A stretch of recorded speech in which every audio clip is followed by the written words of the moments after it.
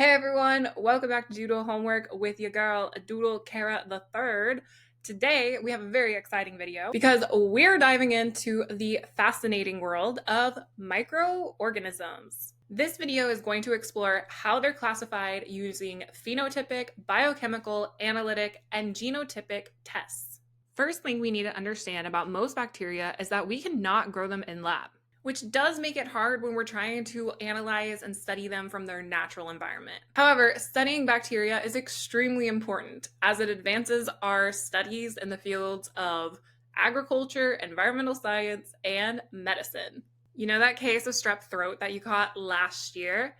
Yeah, you can thank a microorganism for the amoxicillin you got to take to make you feel better. Anyway, let's dive into our first type of classification test known as the phenotypic tests. These tests are not super strenuous. In fact, one of the most basic tests is just looking at the shape of a microorganism. Is it sphere?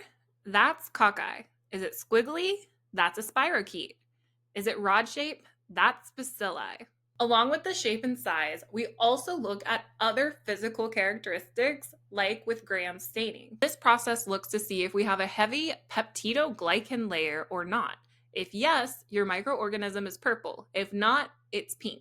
Moving on to biochemical tests, these are still classified as phenotypic tests, but instead of looking just at structure, we can also determine what the organism eats, how it breathes, and if it contains any special enzymes. Analytic tests can also help with the classification of microorganisms. However, they are quite labor intensive. These are tests that you most likely won't see unless you're in a college lab. These include spectroscopy and gel electrophoresis tests. Lastly, genotypic tests can use bacterial DNA to compare how closely related one species is to another. For example, let's say you collect a sample in an acidic soil and another in an alkaline soil.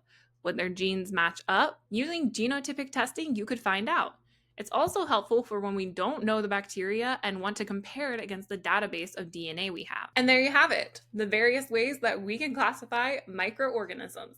And of course, each test plays a vital role in gaining more and more knowledge every single day. Yay. Anyway, if you enjoyed this video, don't forget to like, comment, subscribe, and follow for more lovely science videos like these. Happy studying, everyone. Bye.